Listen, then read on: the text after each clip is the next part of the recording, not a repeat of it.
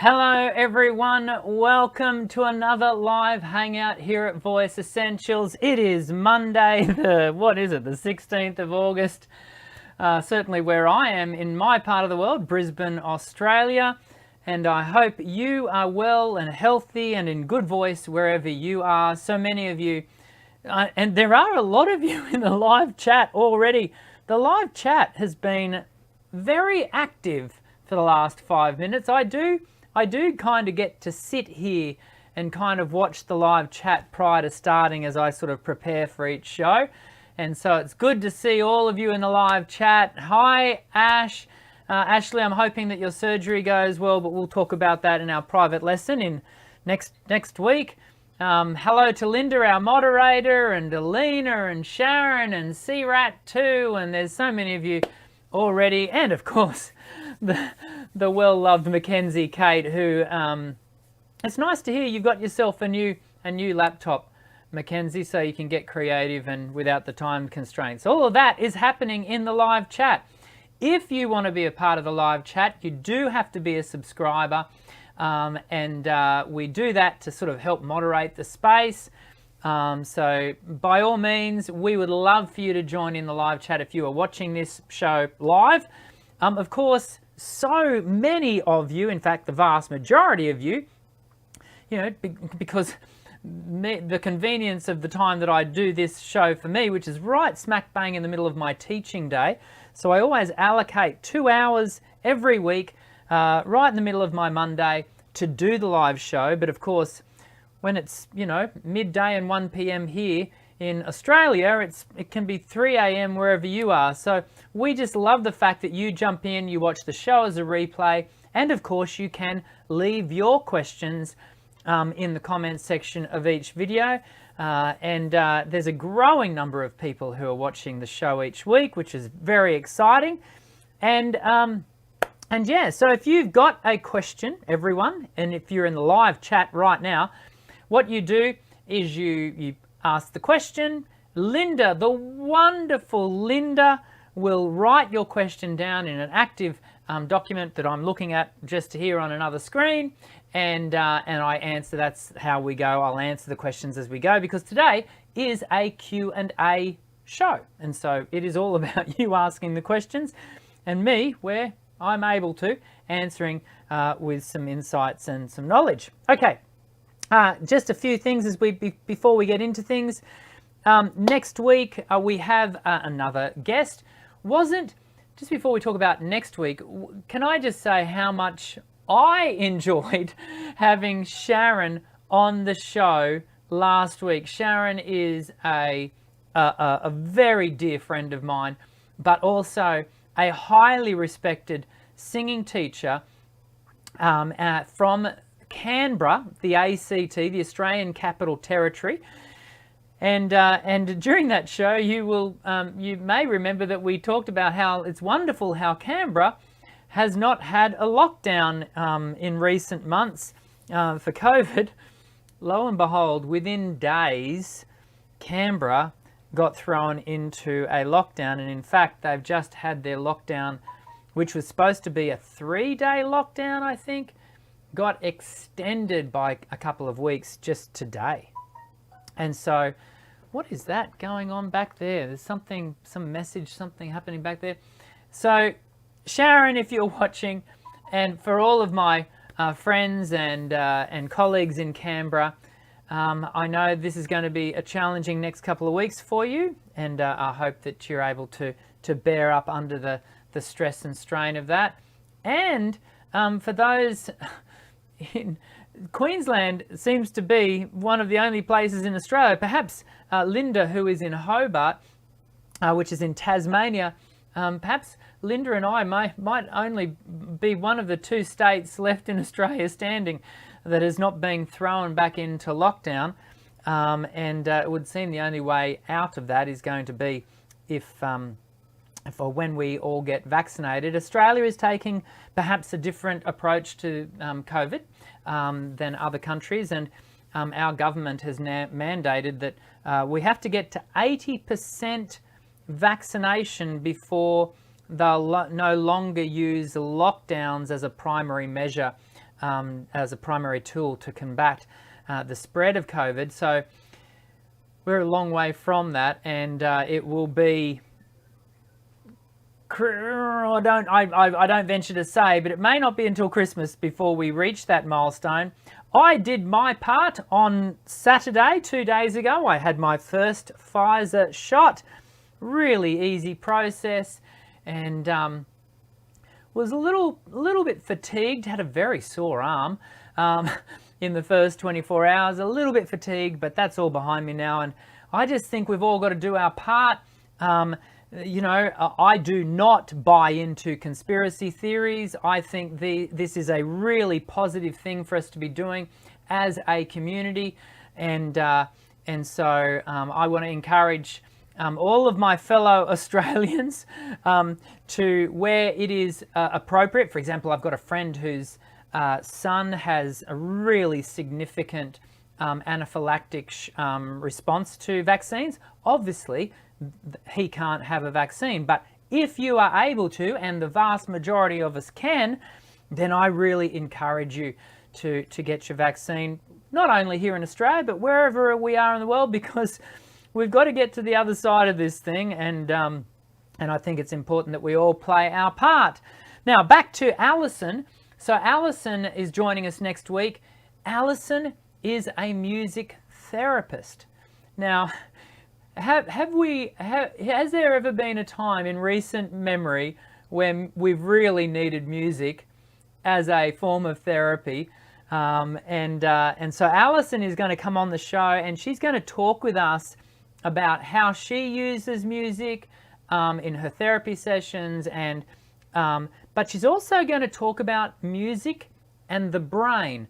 And so there's going to be a lot for us to learn here as, you know, people who are, you know, generally pretty focused in on our singing, to learn how our brain is processing the skills and the attributes and the tonal acoustics of everything there is to do with voice and music.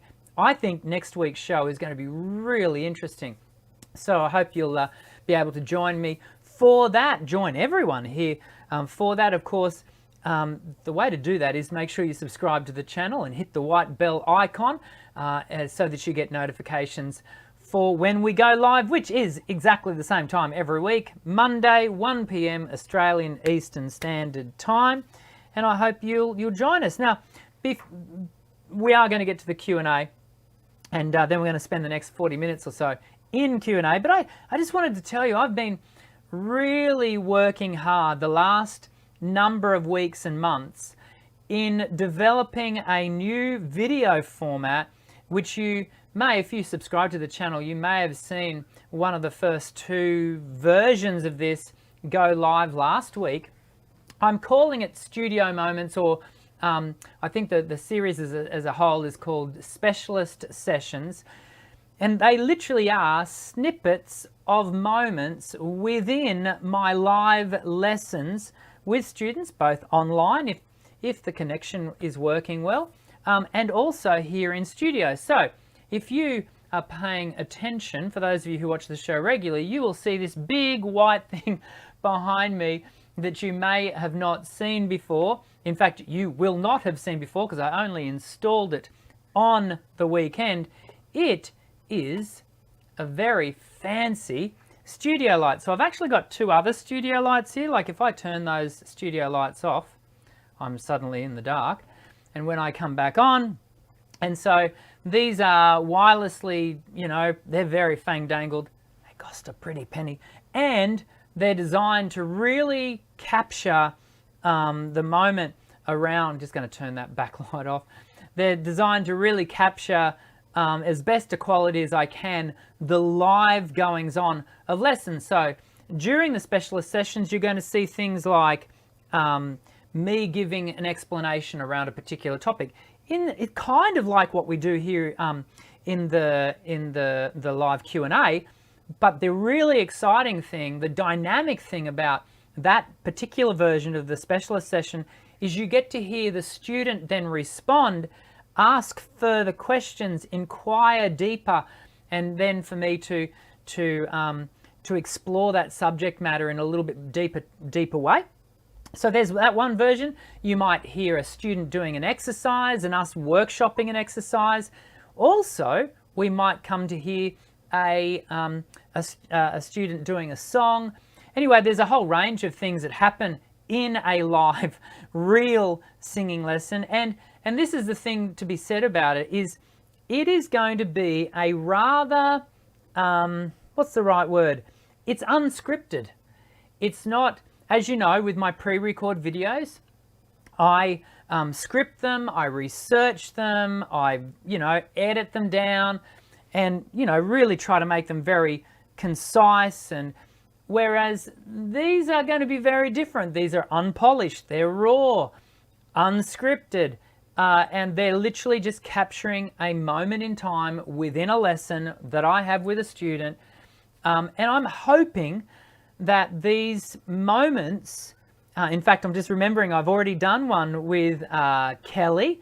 I saw Kelly Morrison's, one of my private students. Kelly and I have already recorded a couple, and I've recorded one with Linda. And so you're going to see us workshopping, these moments together. And that they won't be perfect. If anything, they are a wonderful insight into the very, I think the lessons are exciting, but in one sense, an unexciting process. It is the student and I just step by step workshopping the voice. And so I'm hoping these will be really valuable learning tools for those of you who chime in to watch. And I am really keen to get your feedback. The other thing I'm doing on Tuesday night this week, so I'm actually getting a friend in, actually the producer who helped with to produce and create all of my exercise tracks that many of you own, Daniel Sporowski. He's coming in on Tuesday night for us to even massage and work the recording process of those live lessons so that they are so that you can really get a lot of value out of them, and so the audio is of a quality that not only that you'll be happy with, but that I'll be happy with as well. So investing a lot of time and effort into this particular project, hoping that it will be a project that, these sorts of videos that I'm expecting to sort of release a couple times a month, hoping that, the project will go on and I'll get better at my production end of things, and hopefully as a result you get more and more out of them as they land. So I just wanted to tell you about that. Okay, I think we should probably get into after all that, we probably should get into singing. I just love to keep you up to date with everything that's going on here within the Voice Essentials community and within the within here, the studio, and what I'm doing and what we're trying to build here together. I'm always keen for you to have some insights into that. I'm also keen for you to have some insights into the answers for the questions you're asking, which we're going to do right after this.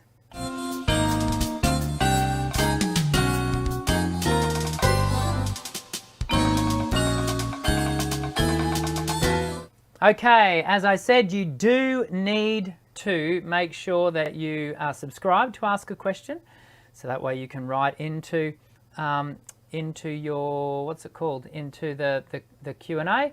And I can already see Linda's had to delete a message from somebody, and that's the reason we do it, is to try and mitigate those unnecessary questions that none of us really want to see, because that's not what we're about here. So let's get into your questions. So Eleanor, by the way, if you absolutely must have your question answered, and I can tell you, we already have 12 questions.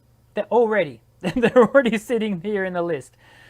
So can I tell you, pretty much from this point forward, the chances that I would get to your question are going to be rather slim. I might, but so if you absolutely must see your question bumped up the priority list, then you do need to ask your question with a super chat. And when you give a super chat, you put a few dollars in, and that way I'll answer your question as a priority. It throws you up to the top of top of the list. And all those dollars that you put in to that super chat get fed straight back into the running of the studio and back into Voice Essentials. As I just said, you know, that light behind me, I'm not going to tell you how expensive it is, but it didn't come cheap. And that's the sort of investment that I'm wanting to make for all of us. So your super chats are very much appreciated. Eleanor Simmons, hey Dan, how to stop sounding nasal and shrill?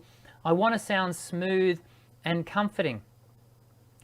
Yeah, I think there are definitely times, aren't there, Eleanor, that we're wanting and needing our voice to sound rather full and remove any sense of focus or brightness. You use the terms nasal and shrill.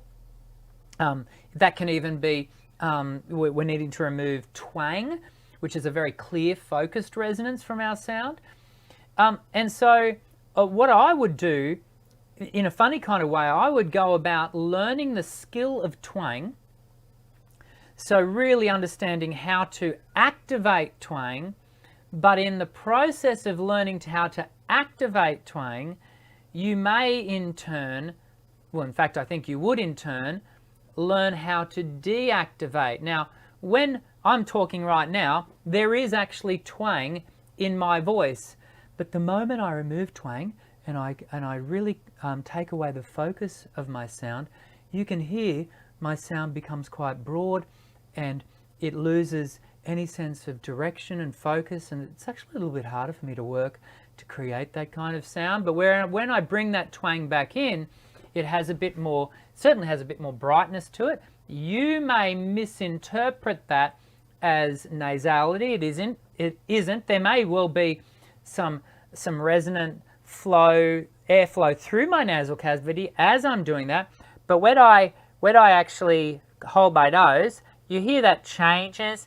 Now that's nasality. That's me talking into my nose, and I'm getting quite a lot of air, but I can actually talk without that sense of direct nasal positioning.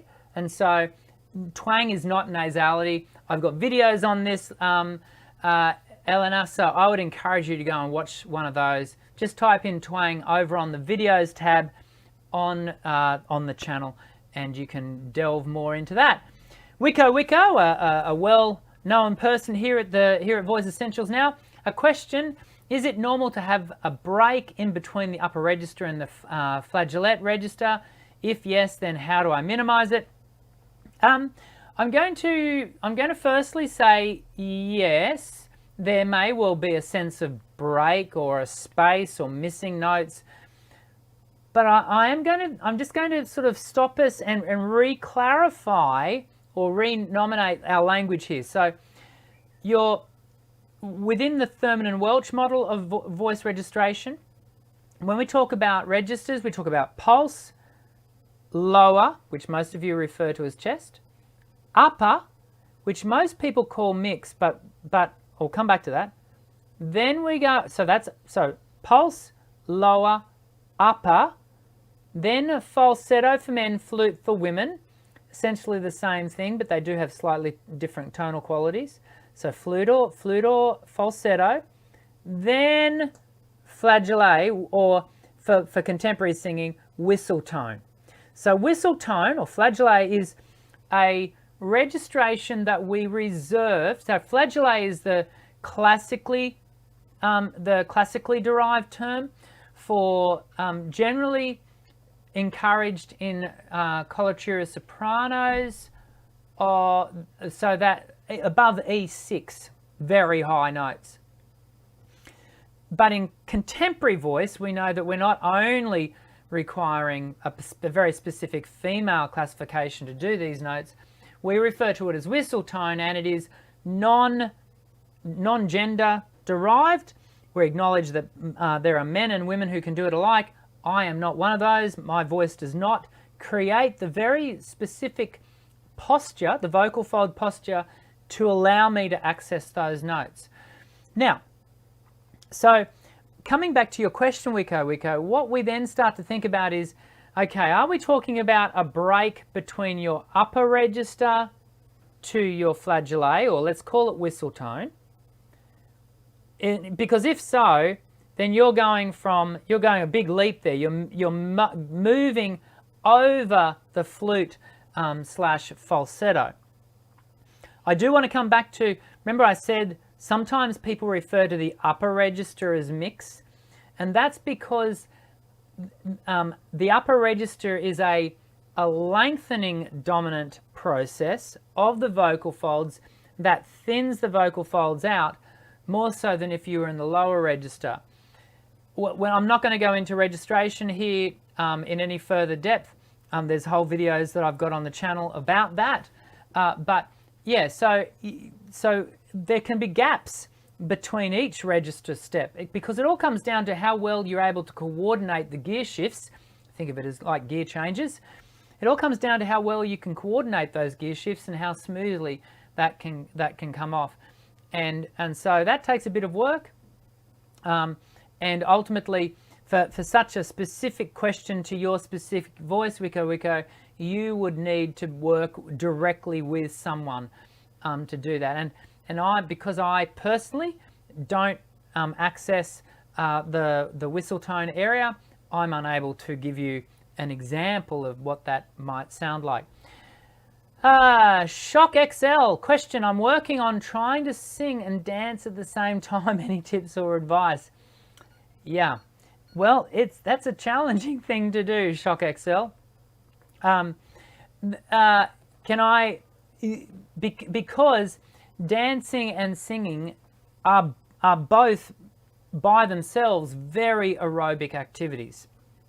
So then when you bring that heightened aerobic breath movement of dance, where dancing, and I am not a dancer, but I've worked with a lot of dancers where we are engaging the core to stabilize body movement and to create fluency of body movement. That stabilizing of the core kind of is counter working against what we want in singing, and that is the ability to release abdominal wall and oblique action for better intake of air. This is a challenge. It is specifically a great challenge to music theatre singers and performers who do have to do all of the above, dance, sing and act, and it takes a lot of work. I will often have dancers have them sing while, I often get people to run around the block of their, around their suburban block between exercises, so they are learning to workshop the way they manage their breath while your breath is under, heightened movement. It all comes down to that sense of managing pressure at the level of the larynx. And so Shock XL, I would encourage you to really play in that space of heightened aerobic activity, and then trying to connect your singing and bringing them together. That's only one way. There are many others, but that could be something you could play around with. Bruce Gomez: does workout damage your voice? Well, it's interesting flow-on question. It can. Let's put it that way. It absolutely can damage your voice. Now, I have a video about this. Is your gym workout wrecking your voice, or something? It's called something like that.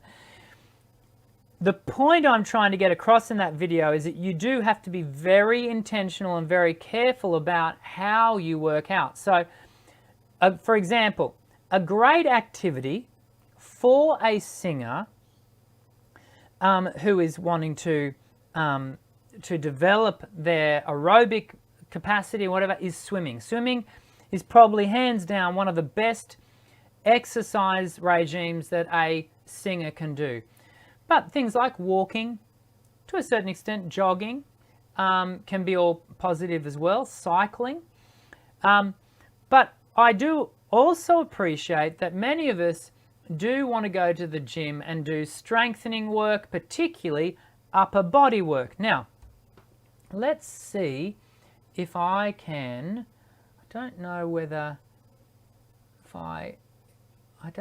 you'll see me. If I go across to, I'm just going to pull that up, just so you see me walk across. So I've got a book here on my shelf, this one here. Let me bring it back.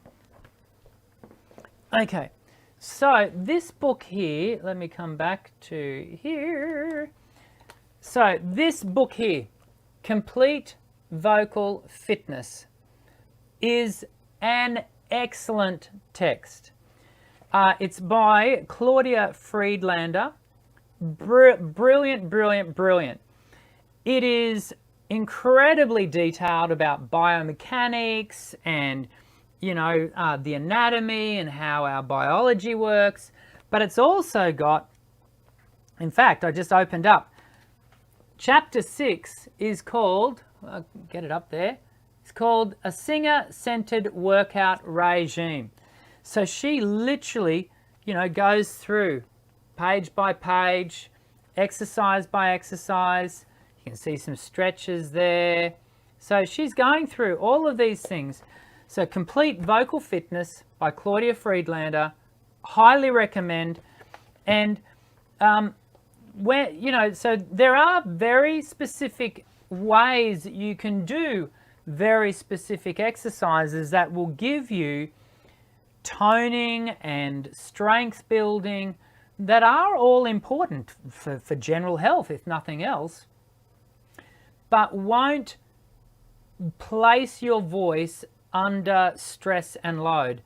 And that's the key thing, is when we talk about, you know, going to the gym and doing a workout being, you know, problematic. Well, the reality is any workout for any person, singer or no, can be damaging to that person if they are doing the workout incorrectly. And as a singer, we have to apply that extra level of thought and intention into the design of our workout. And as I said, this book will help you with that. So Bruce, I highly recommend you jump on to wherever you buy your books from and grab a copy. Okay, Mackenzie Kate. Oh, Mackenzie. When it comes to recording music, which is better, Windows or Mac, GarageBand or Logic Pro?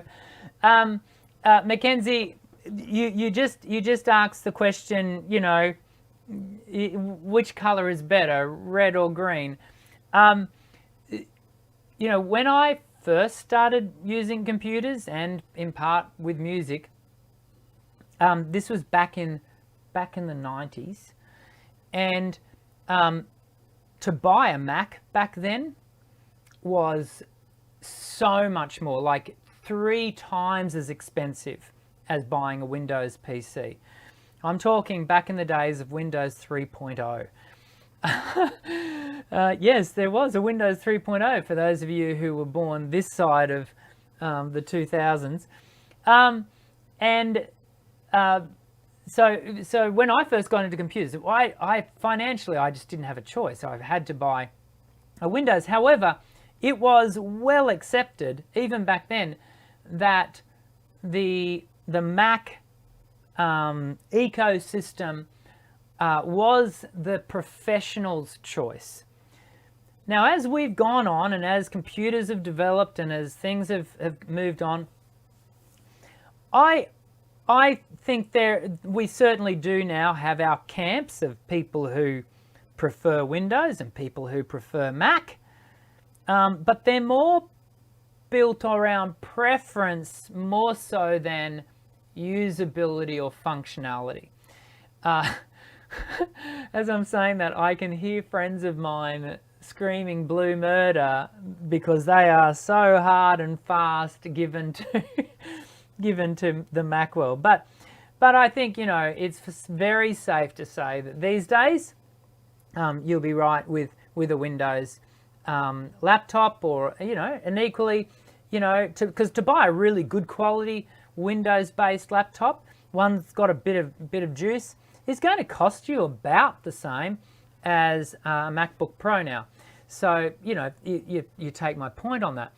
Now, as to whether GarageBand or Logic Pro, so I mean, it's amazing what GarageBand can do, but GarageBand is really a prosumer product, whereas Logic Pro is a professional end.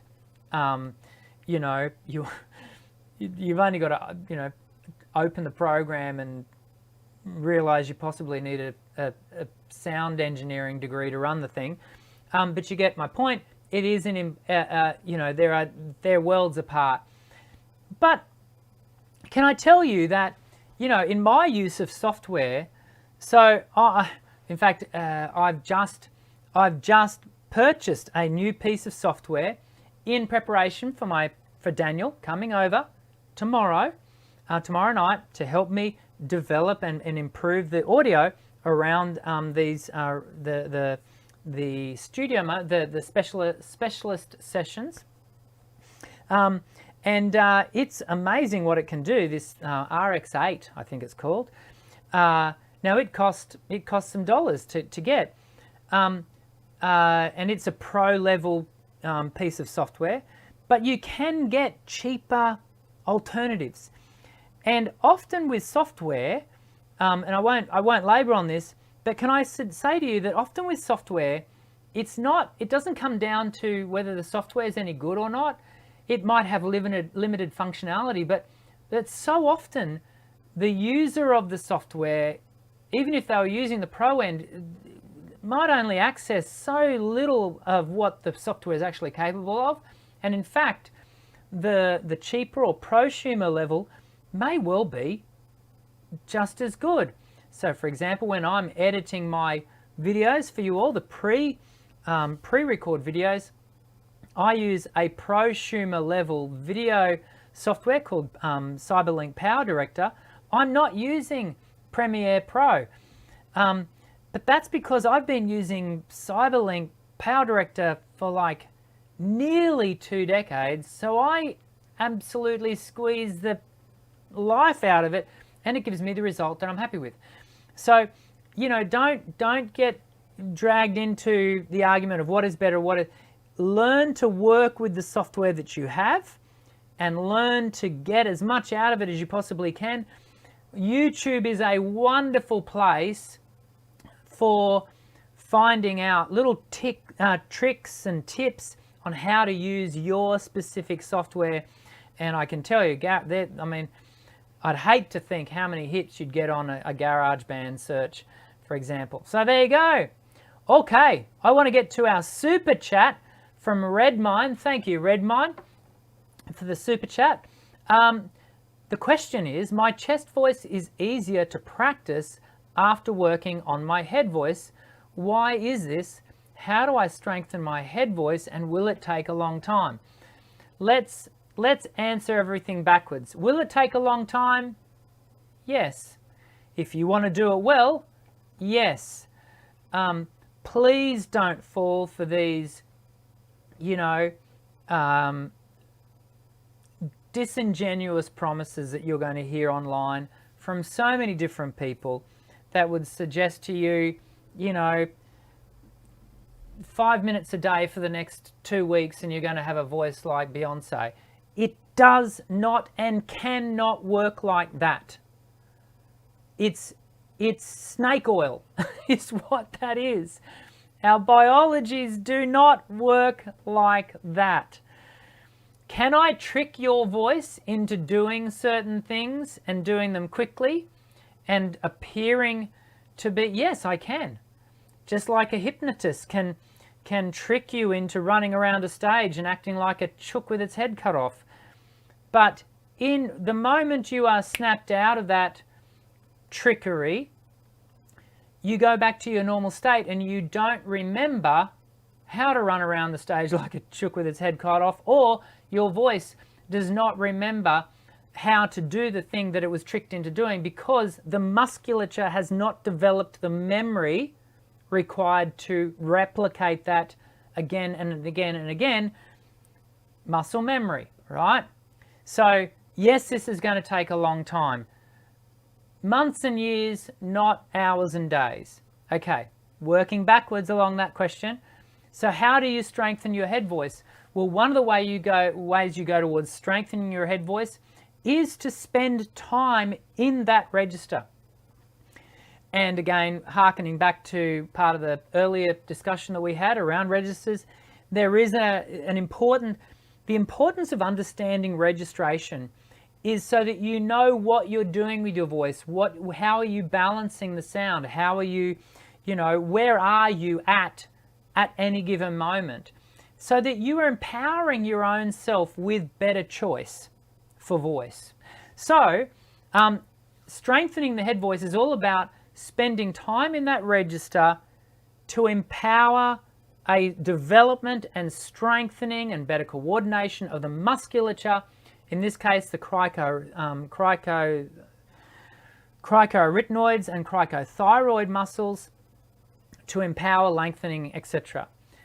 Working back further in your question, Redmine, your chest voice may well feel easier to practice after working on your head voice, simply because that would suggest to me, and again, I haven't got you in front of me, so I'm making an educated guess of what might have brought that about, is that in working in your upper register, to facilitate that well, you are learning to back off the pressure and the loading of the vocal folds to allow you to sit in that register consistently. And then the moment you then step into your lower register, what you're calling your chest register, it may well be that you're taking that same balance into your lower register. You're taking the load from underneath the larynx, what's called subglottal pressure. That same reduced pressure is then empowering better voice for you. And so that may well be how it's happening for you. Of course, can't be 100% certain because you're not in front of me, but see if that makes any sense for you, Redmine. And again, thank you for the super chat. Going on to Sharon Fox.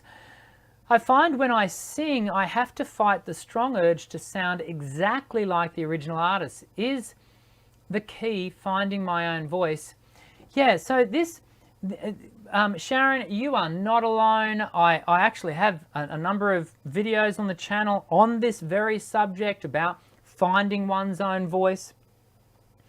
It kind of, in part, comes back to what I've just said with Redmine, and that is spending time in the voice and understanding what your voice does.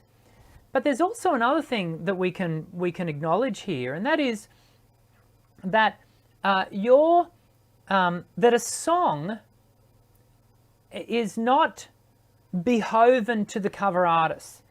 Now, and that's even the case for when the artist that you're listening or learning the song from wrote the song. Now, there may well be some apron strings between said artist and the song, but those apron strings can be severed. One way that other artists will sever those apron strings is to rework and rehash that song so that they put their own take on it. In fact, I know that at one of the local universities here, they give their students a songwriting project where they have to take the song of a particular artist and they have to completely rework it so that it is a essentially completely new song. The lyric might be the same, the melody may well be very close, but it's just simply taking something from a major tonality and making it a minor tonality or vice versa will change the song and make the song your own. The song is its own thing, and you are going to come along to that song and make it something new. As far as you and your voice go, it's partly you. The funny thing about our own voice is we don't hear our own individuality in our own voice. You know, for many of us, we can fall into the trap of not really understanding or hearing the unique nature of our sound, and yet the way you'll end a phrase, the way you'll, create tone, the way your vocal folds will present the acoustic, they're all individual. There is no other voice on the planet like yours. And so you part of this process of finding one's own voice is actually becoming comfortable in your own skin and accepting that your own voice isn't lost, it's not hidden, it's already there, you've had it since birth.